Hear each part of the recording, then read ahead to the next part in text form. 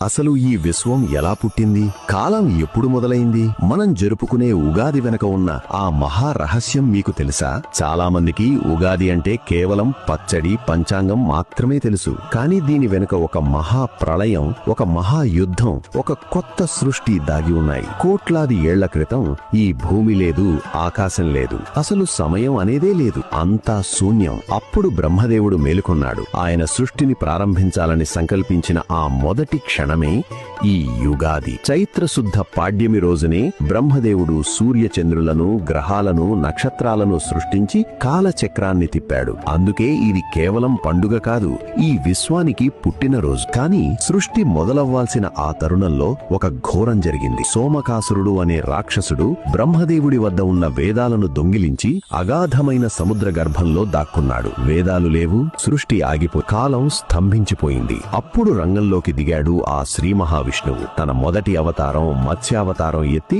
సముద్ర కెరటాలను చీల్చుకుంటూ వెళ్లి ఆ రాక్షసుడిని సంహరించి వేదాలను తిరిగి తెచ్చిన విజయ ముహూర్తమే ఈ ఉగాది. మీ తలరాత. వేదాలు చేతికి రాగానే బ్రహ్మదేవుడు ఈ రోజే కాలగణనను సిద్ధం చేశాడు.